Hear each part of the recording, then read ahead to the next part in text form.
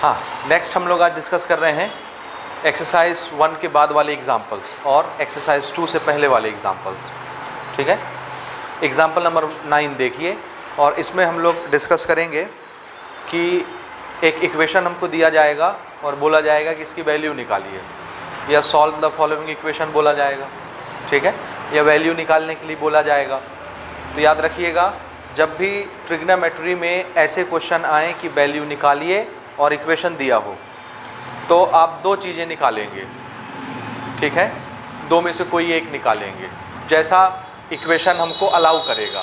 जो भी suitable condition होंगी उसके हिसाब से दो चीज़ें निकाली जाती हैं। पहली चीज़ ट्रिग्नोमेट्रिकल रेशियो कि साइन थीटा इतना, टेन थीटा इतना, कॉट थीटा इतना, ट्रिग्नोमेट्रिकल रेशियो। या तो फिर आप एंगल की वैल्यू बताएंगे कि एंगल इतना आया। आप कैसे निकालेंगे? ये एंगल निकालने वाला केस जो है वो क्लास 9th का केस है। क्लास 9th में भी आपने एंगल निकाला है। कोई ट्रिग्नोमेट्रिकल इक्वेशन दे दी जाए तो आपसे थीटा की वैल्यू पूछेंगे या एक्स वाई जेड जो भी एंगल रखेंगे उसकी वैल्यू पूछेंगे। मेरी बात समझ आ रही है? तो आपको याद क्या रखना है, जब भी इक्वेशन के फॉर्म में ऐसे ये साइन आएगा, इक्वेशन के फॉर्म में कोई ट्रिग्नोमेट्रिकल रिलेशन लिखी होगी और आपको बोलेगा सॉल्व द फॉलोइंग इक्वेशन, तो फिर आप क्या निकालेंगे? तो आंसर है या तो किसी पर्टिकुलर ट्रिग्नोमेट्रिकल रेशियो की वैल्यू निकालेंगे या एंगल बताएंगे किस एंगल के लिए ये ट्रू होगा ये इक्वेशन। समझ आया कि नहीं आया? आया ना? तो देखिए हम कैसे बनाएंगे। बनाने का तरीका सुनिए। जब भी ऐसे रिलेशन मिलेंगे ट्रिग्नोमेट्रिकल रेशियो के, तो आपका पहला टास्क होगा कि यहाँ जो ट्रिग्नोमेट्रिकल रेशियो यूज़ हो रहे हैं एक जैसे होने चाहिए। ठीक है, एक से ज़्यादा ट्रिग्नोमेट्रिकल रेशियो है तो सबको आप बदलेंगे किस में? फंडामेंटल में। और फंडामेंटल कौन होता है? साइन या कॉस। तो आपका पहला टास्क क्या है? क्या है पहला टास्क? बोलिए बोलिए। फंडामेंटल ट्रिग्नोमेट्रिकल रेशियो में बाकी को चेंज कर लेना। तो आप साइन को टेन में बदलना पसंद करेंगे कि टेन को साइन में बदलना पसंद करेंगे? टेन को साइन में क्यों बदल रहे हैं? क्योंकि साइन फंडामेंटल क्वांटिटी है, इसलिए हम टेन को साइन में बदल रहे हैं। समझ आया? कैसे बदलेंगे बोलिए? Sine upon cos theta. ठीक है, याद रहेगा ना क्या करना है? तब तक आगे नहीं बढ़ना है जब तक सारे ट्रिग्नोमेट्रिकल रेशियो कैसे ना हो जाएं, सेम ना हो जाएं। ठीक है, यही मूल मंत्र है इक्वेशन बनाने का। तो हम टेन को बदल रहे हैं साइन में, तो ये क्या बन जाएगा? सॉल्यूशन स्टार्ट कर रहे हैं। √3 टेन को क्या लिख लेंगे? Sine theta upon cos theta. This is 2 sine theta equal to 0। अब यहाँ LHS RHS लेके नहीं करना है ना। LHS RHS कब बनाया जाता है? जब प्रूव करने का क्वेश्चन हो। इसको सॉल्व करना है, डायरेक्ट वैल्यू बतानी निकाल के। ठीक है, अब देखिए ये एक पार्ट बन गया, ये एक पार्ट बन गया। इसमें हमको साइन थीटा दिख रहा है, इसमें साइन थीटा दिख रहा है। ठीक है ना? दिखा साइन थीटा साइन थीटा। आप चाहें तो यहाँ और यहाँ से साइन थीटा कॉमन निकाल सकते हैं और बचे हुए चीज़ का एलसीएम लेके सॉल्व कर सकते हैं। ठीक है, या डायरेक्ट एलसीएम लेकर के सॉल्व करिए, उसके बाद साइन थीटा कॉमन निकाल लीजिएगा जब आपको अप्रोप्रिएट लगे। हमको यहाँ भी साइन दिख रहा है न्यूमरेटर में, यहाँ भी दिख रहा है न्यूमरेटर में, हम कॉमन निकाल लें, साइन थीटा निकाल लें। तो हमने इन दोनों टर्म में से साइन थीटा को कॉमन निकाल लिया। तो यहाँ क्या बचा? √3 साइन थीटा था, साइन थीटा निकल गया। क्या बचा बोलिए? √3 बचा और नीचे क्या बचा? कॉस थीटा माइनस यहाँ 2 साइन थीटा था, साइन थीटा आ गया कॉमन, तो क्या बचा? 2 और नीचे कुछ भी नहीं है तो 1 अपॉन 1। ये समझ आया? आ रहा है? Equal to 0। ठीक बात। आप इसका एलसीएम लेकर के इसको सॉल्व कर लेंगे। ठीक है, this is sine theta. LCM कितना आएगा इसका? कॉस थीटा, कॉस से कॉस को डिवाइड करेंगे 1, 1 से √3 को मल्टीप्लाई करेंगे √3 माइनस 2 के नीचे कुछ नहीं है तो 1 मानेंगे, 1 से कॉस को डिवाइड करेंगे कॉस थीटा से 2 को मल्टीप्लाई करेंगे 2 कॉस थीटा। यहाँ तक समझ आया आपको या नहीं आया? आ गया? Now this is equal to 0। ये हो गया? हाँ, अब क्या करें? अब वो काम करेंगे जो आप लोग क्वाड्रेटिक इक्वेशन में करते आते थे। क्या करते थे क्वाड्रेटिक इक्वेशन में? आपके सामने एक क्वाड्रेटिक इक्वेशन होता था और आप उसको चाहे मिडिल टर्म से बनाएं, आगे सॉल्व करें, या कंप्लीटिंग स्क्वायर के मेथड से सॉल्व करें, या फॉर्मूले मेथड से सॉल्व करें, किसी भी मेथड से किसी क्वाड्रेटिक इक्वेशन को किसी भी मेथड से सॉल्व करके स्टेप वाइज आगे जाते जाते जाते कहाँ पहुँचते थे? फैक्टर में।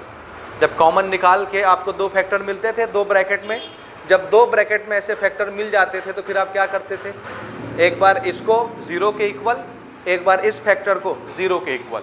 जब हम 0 के इक्वल करेंगे तब तो हमको फिर x की वैल्यू मिलती थी, एक्स वाई जो भी है। यहाँ थीटा है तो थीटा की वैल्यू मिलेगी। समझ रहे हैं? तो देखिए, एक बार एक फैक्टर ये बना, एक फैक्टर ये बना, तो एक बार इसको 0 के इक्वल करेंगे, एक बार इसको 0 के इक्वल करेंगे। समझ आया? जैसे क्वाड्रेटिक इक्वेशन में हम दो फैक्टर बना लेते थे स्प्लिट करके आगे बढ़ के, लास्ट में दो ब्रैकेट के अंदर आपको फैक्टर मिलते थे, और फैक्टर को जब आप 0 के इक्वल करते थे तो आपको रूट मिलता था। ये 0 ऑफ द पॉलिनोमियल बोल लीजिए, root of the quadratic equation बोल लीजिए, मिलता था। हम क्या करते थे? दोनों फैक्टर को 0 के इक्वल करते थे, एक बार इसको एक बार इसको। तो एक्स की अलग अलग वैल्यू आती थी तो थीटा की अलग अलग वैल्यू आएगी। दो फैक्टर दोनों को 0 के इक्वल करेंगे तो थीटा की अलग अलग वैल्यू आएगी। समझ आया?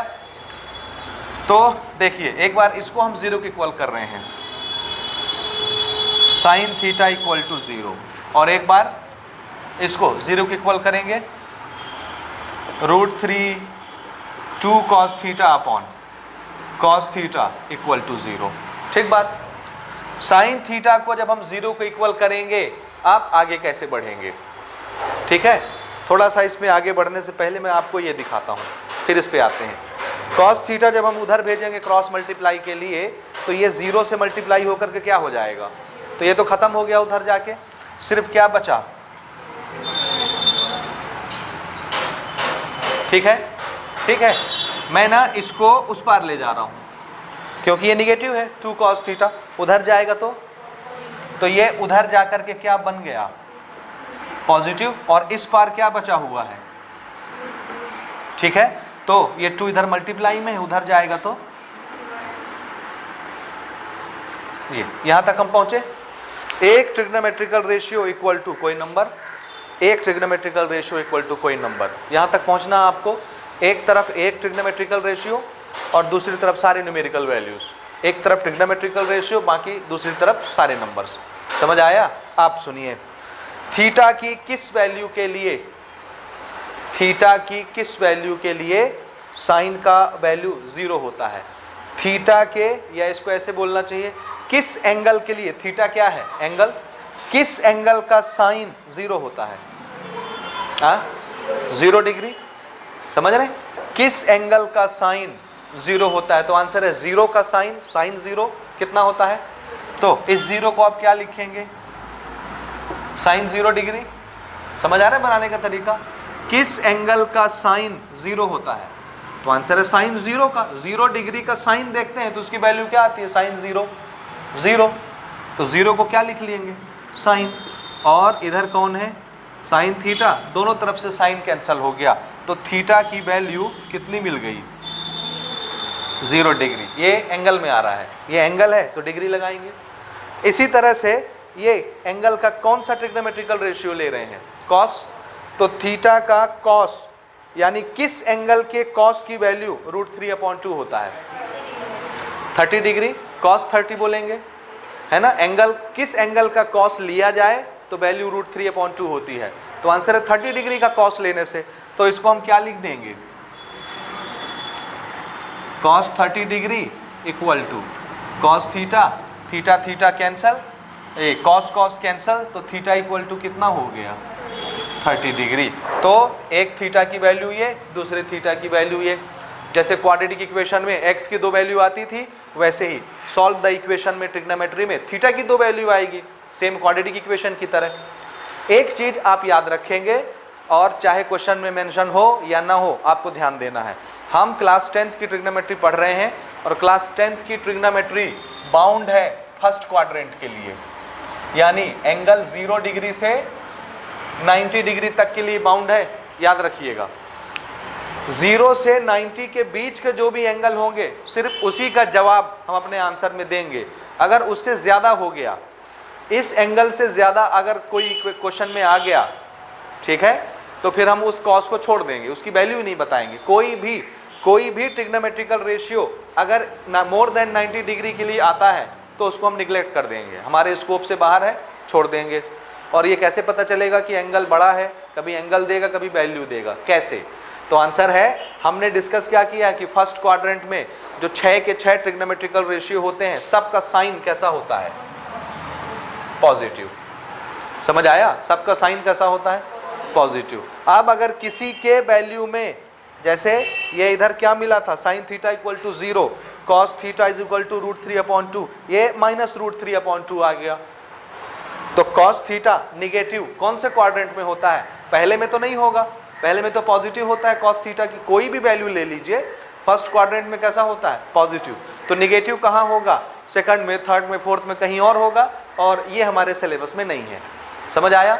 तो किसी भी ट्रिग्नोमेट्रिकल रेशियो की वैल्यू अगर निगेटिव आई, फट से उसको छोड़ देंगे, क्योंकि वो अदर देन फर्स्ट क्वाड्रेंट होगा और हमको वो पढ़ना ही नहीं है।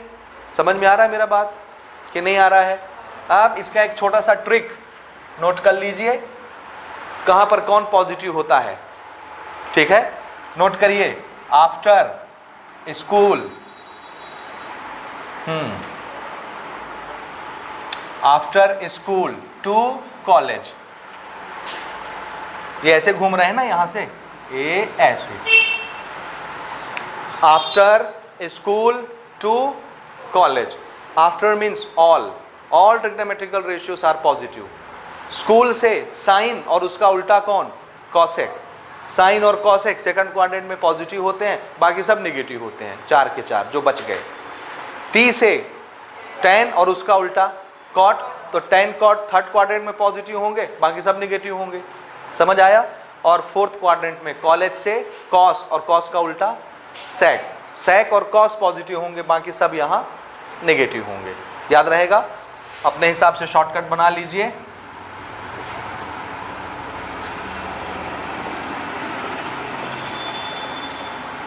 ठीक है? A stand for all, S stand for sine, इसका उल्टा कॉसेक, और T स्टैंड फॉर tan, इसका उल्टा कॉट, और C स्टैंड फॉर कॉस और इसका उल्टा सेक। याद रहेगा किस क्वाड्रेंट में कौन पॉजिटिव होता है, कौन नेगेटिव होता है। ठीक बात? तो ये समझ आया मेथड बनाने का। अब इसके बाद हम लेते हैं एग्जाम्पल नंबर 10। ये ना, अगेन हमारा क्वेश्चन है, सॉल्व करना है हमको, और अब की बार हमारा क्वेश्चन क्या है? Cos square x plus cos x is equal to sine square x. समझ आया? और उसके आगे आपको कंडीशन बताई है जो अभी मैं बात कर रहा था फर्स्ट क्वाड्रेंट की, थीटा किस किस एंगल के बीच होना चाहिए। तो आंसर है, एंगल इज ग्रेटर देन और equal to 0 degree, greater than और equal to 0 degree, but less than और इक्वल टू 90। ये कंडीशन होनी चाहिए। समझ आया? यानी थीटा जो एंगल होना चाहिए, कहाँ से कहाँ के बीच होना चाहिए? 0 डिग्री से 90 डिग्री के बीच। यानी किस क्वाड्रेंट में होना चाहिए? फर्स्ट। उसके अलावा अगर कहीं आया तो आप उसका डिस्कशन नहीं करेंगे, उसको छोड़ देंगे। लेकिन जब आप 10वीं से ऊपर बढ़ेंगे तो फिर उसको भी डिस्कस करेंगे, छोड़ेंगे नहीं। हमारा स्टडी अभी सिर्फ रिस्ट्रिक्टेड रहेगा फर्स्ट क्वाड्रेंट के लिए, इसलिए ये कंडीशन चाहे लिखे क्वेश्चन में या ना लिखे, आपको याद रखना है। याद रहेगा? ठीक है, चलिए हम लोग सॉल्व करेंगे। हमारा क्वेश्चन है cos square x plus cos x is equal to sine square x. मैंने क्या बताया? पहला तरीका, कब तक आगे नहीं बढ़ना है? जब तक सब ट्रिग्नोमेट्रिकल क्वांटिटी कैसी ना हो जाए, एक जैसी, सेम। तो हमारे पास 2 कॉस हैं, 1 साइन है, तो आप किस में बदलना पसंद करेंगे? किसको किस में बदलेंगे? साइन को कॉस में। आप चाहें तो कॉस को साइन में भी बदल सकते हैं, आप चाहें तो, लेकिन आपको 2 बार करना पड़ेगा, तब फिर 2 साइन मिलेंगे, 1 साइन वो रहेगा। हमारे पास 2 कॉस है, 1 साइन है, तो हम साइन को किस में बदल दें? कॉस में। वो साइन स्क्वायर है, आइडेंटिटी लगाइए पहली वाली और उसको बदलिए कॉस में। कैसे लिखेंगे? 1 माइनस कॉस स्क्वायर एक्स। आपको समझ आ रहा है? तो हम उसको कॉस में बदल रहे हैं। Cos square x plus cos x is equal to, क्या लिख लें इसको? 1 minus cos square x.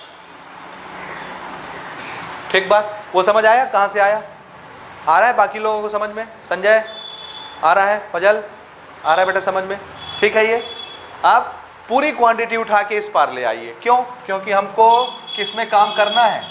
Equation बनाना है, और इक्वेशन क्या होता है? Equal to 0। तो हम सबको उठा के इधर ले आएंगे तो उस पार क्या बचेगा? 0। इस पार ले आइए तो ज़रा देखिए, ये cos स्क्वायर एक्स नेगेटिव है, इधर आएगा तो इधर पहले से एक cos स्क्वायर एक्स है, तो मैं एक स्टेप बचाना चाह रहा हूँ। ये इधर आएगा पॉजिटिव बनेगा, cos square x plus cos square x, 2 cos square x जुड़ जाएगा इसके साथ। So this is 2 cos square x plus cos x. ये 1 इधर पॉजिटिव है, इस पार आएगा तो नेगेटिव 1, और उधर क्या बचा? 0। अब देखो तो ज़रा ये कैसा दिखता है? क्या बन गया? ये क्या बन गया? देखें तो आपको क्या नज़र आता है? अभी तक आपने क्या सीखा? ये कौन सा फॉर्मेट बन गया? आगे कैसे बढ़ेंगे पहचानिए।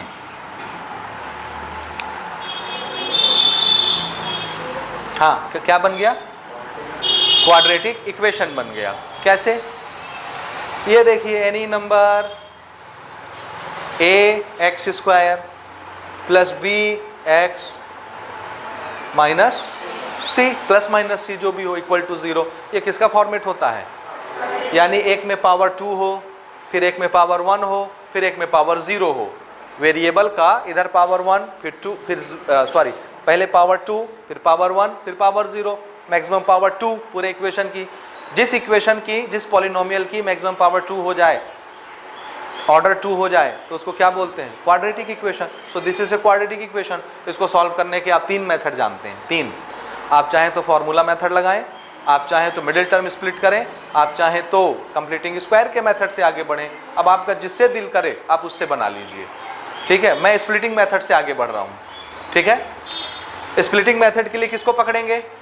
बीच वाले को ना। पहले टारगेट सेट करते हैं। टारगेट कैसे सेट करते हैं? ये quantity multiplied by last quantity, तो टारगेट पता चल जाता है।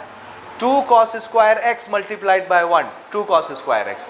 तो मुझे 2 नंबर ऐसे सोचने हैं जिसको मल्टीप्लाई करूं तो क्या आ जाए? 2 cos स्क्वायर एक्स, और उन्हीं दोनों नंबरों को प्लस करूं या माइनस करूं तो क्या मिल जाए? Plus cos x. प्लस कौन से 2 नंबर होंगे? मल्टीप्लाई करने में 2 चाहिए और प्लस माइनस करने में 1 चाहिए। 2 और 1, 2 इंटू 1 2, 2 माइनस 1 1, पॉजिटिव 1। समझ आया कि नहीं आया? आया ना? तो देखिए ना, this is 2 cos square x. इस साइन तक तो आप एज इट इज लिख लेंगे, ये पहले भी हम डिस्कस कर चुके हैं क्वाड्रेटिक में।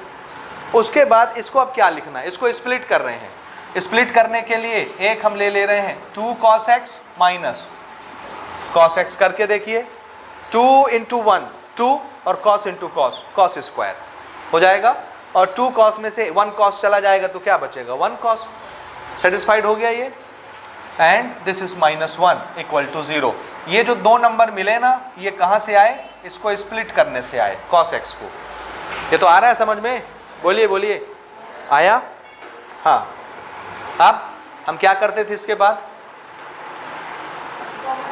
कॉमन निकालते हैं पेयरिंग करके। तो एक जोड़ा हमने ये बनाया, एक जोड़ा हमने ये बनाया। इसमें देखिए 2 है, इसमें भी 2 है, कॉमन आएगा।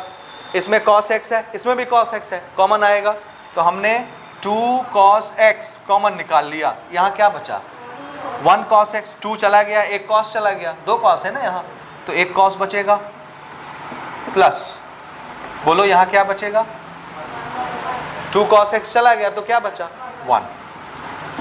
और यहाँ माइनस, दोनों जगह कॉमन क्या दिख रहा है? 1। तो माइनस माइनस और 1 1 दोनों जगह हैं, हमने -1 कॉमन निकाल लिया। -1 तो क्या बचा? cos x plus 1। ये प्लस हो जाएगा ना, है ना? और यही तो निशानी है कि ये वाला फैक्टर और ये वाला फैक्टर एक जैसे बनना चाहिए।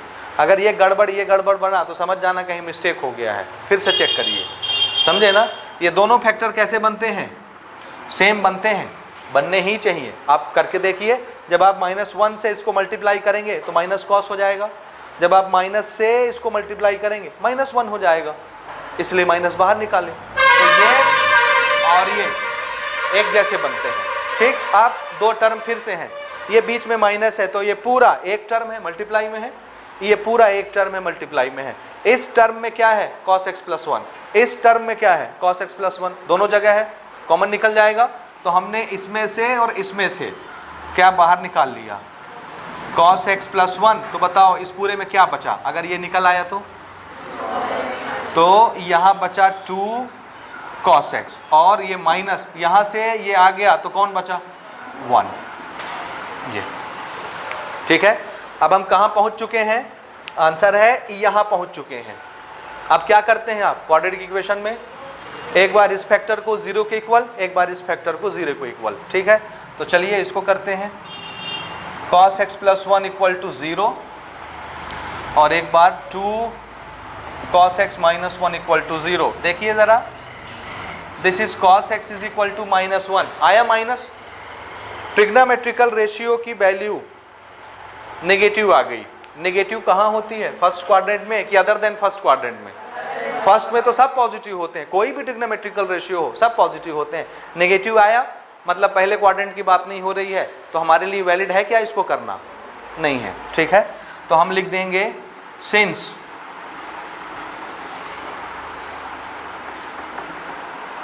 Value of cos x is negative, therefore not valid in range of 0 degree से 90 degree, so it is neglected. क्या करेंगे इसको, रिजेक्टेड, निग्लेक्टेड, जो भी लिखना है लिख लीजिए, रिजेक्टेड, छोड़ देंगे इसको, ठीक है, नहीं सॉल्व करेंगे। समझ आया कि नहीं आया? नहीं, अदरवाइज हम आपको इसका वैल्यू बता सकते हैं कि कितना आएगा x की वैल्यू, लेकिन हम नहीं बताएंगे, है ना। नहीं फिर आपको कहानी भी समझानी पड़ेगी कि क्यों आएगा, और फिर वो टाइम बहुत ले लेगा, ठीक है, इसलिए उसको छोड़ते हैं। यहाँ आइए, 1 उधर जाएगा पॉजिटिव, 2 उधर चला जाएगा, दिस इज 1/2। तो cos x की वैल्यू कितनी आई, 1/2। तो बताइए किस एंगल का cos 1/2 होता है, 60, cos 60। तो इसको क्या लिखेंगे आप, cos 60। सो ये हुआ cos x is equal to cos 60 degree, cos cos cancel, तो x इज इक्वल टू क्या, 60। ये आ गई वैल्यू x की। एक x की वैल्यू हम नहीं कंसीडर करेंगे, नेगेटिव है, फर्स्ट क्वाड्रेंट से बाहर चला गया, वो फर्स्ट क्वाड्रेंट में आ रहा है। 60 डिग्री पहले क्वाड्रेंट में होता है, 0 से 90 के बीच का एंगल, कोई भी एंगल फर्स्ट क्वाड्रेंट में आ गया, ठीक है। हाँ, इसकी वैल्यू जब आप निकालेंगे तो देखिए cos कहाँ कहाँ निगेटिव होता है, आंसर है यहाँ भी निगेटिव होता है, यहाँ भी निगेटिव होता है, यहाँ पॉजिटिव होता है। तो पक्का मान के चलिए ये कौन से क्वाड्रेंट में नहीं होगा, पहले में और चौथे में नहीं होगा, क्योंकि पहले और चौथे दोनों में cos कैसा होता है, पॉजिटिव। तो कहाँ हो सकता है, सेकंड क्वाड्रेंट, थर्ड। तो कौन सा एंगल आ सकता है, 90 से 80, 180 के बीच कोई एंगल, या 180 से 270 के बीच कोई एंगल, यहाँ तक हो सकता है, ठीक है। तो नोट कर लीजिए, x is equal to 60 is our answer.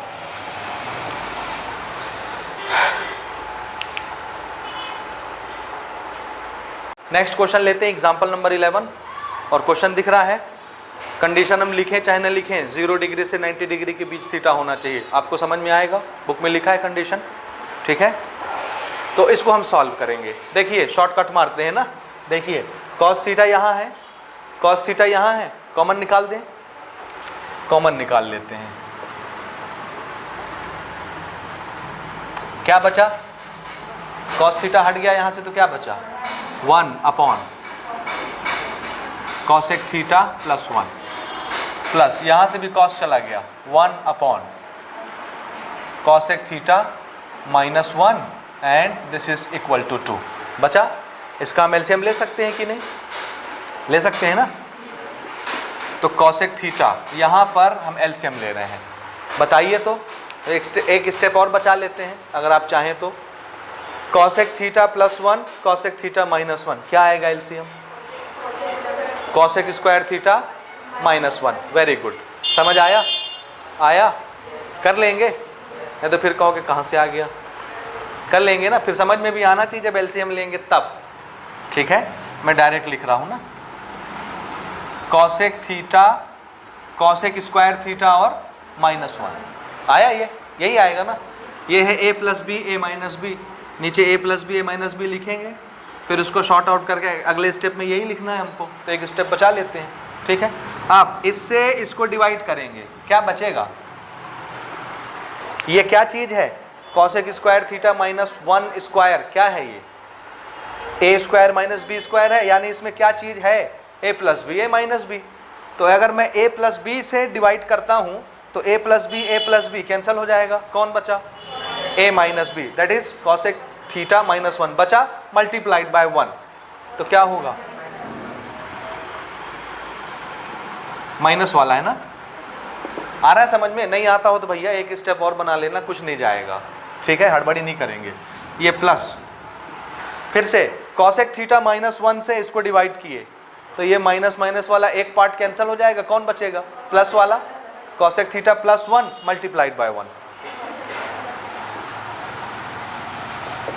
ये इक्वल टू 2। आया समझ भैया कि नहीं आया? आ गया ना। Now this is minus 1, this is plus 1, cancel. Cos theta, यहां क्या बचा? Cosec theta plus cosec theta,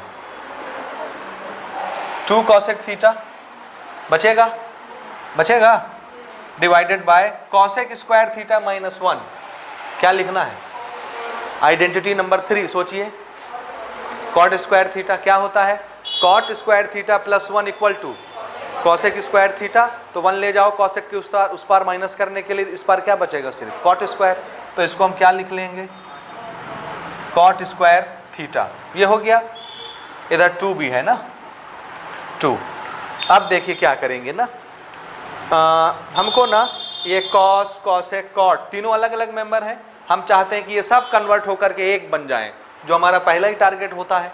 equation का पहला टारगेट यही होता है ना कि एक ट्रिग्नोमेट्रिकल वैल्यू होनी चाहिए, रेशियो। tan है तो tan होना चाहिए, cos है तो cos ही होना चाहिए, sin है तो sin ही होना चाहिए हर जगह। यहाँ तो ये भी अलग, ये भी अलग, ये भी अलग। तो हम क्या करेंगे, इसको अब एक में बदलेंगे। तो देखिए कैसे बदलेंगे। कॉसेक को क्या लिख सकते हैं? 1 अपॉन साइन, 1 अपॉन साइन। ठीक है, देखिए ज़रा ना, आप इसको मैं ऐसे लिखता हूँ, मल्टीप्लाई में ही है सब, ये भी न्यूमरेटर, ये भी न्यूमरेटर, ये भी न्यूमरेटर, तो भेदभाव कोई नहीं है। ये लिख लिए 2, ये लिख लिए कॉस थीटा लिखे, और कॉसेक को क्या लिख दिए? 1 अपॉन साइन थीटा, और सब के नीचे कौन है? Cot square theta equal to 2, यही है ना। ठीक है, cos theta into 1, cos theta divided by sine theta, cos theta upon sine theta, क्या लिखते हैं? कॉट, तो ऊपर क्या बन गया? 2 cot theta upon cot square theta equal to 2, ये बनेगा। समझ आया? कॉस अपॉन साइन क्या होता है? कॉट होता है, तो ये लिख दिए उसको कॉट, कॉस अपॉन साइन को। अब एक कॉट ऊपर, 2 कॉट नीचे, तो एक एक कॉट कैंसिल हो जाएंगे। तो एक कॉट यहाँ से, एक कॉट यहाँ से कैंसिल हो गया, ये क्या बचा? 2 upon cot theta equal to 2। आप चाहें तो यहीं से निकाल लीजिए। कैसे? इस कॉट को ले चलते हैं उधर, 2 को ले आते हैं इधर, लेकिन कॉट का फिर एंगल आपको याद होना चाहिए। हमको कौन कौन से आसानी से याद रहते हैं? Sine, cos, tan. तो हम इसको टेन में नहीं बदल सकते, कॉट से भी आ जाएगा।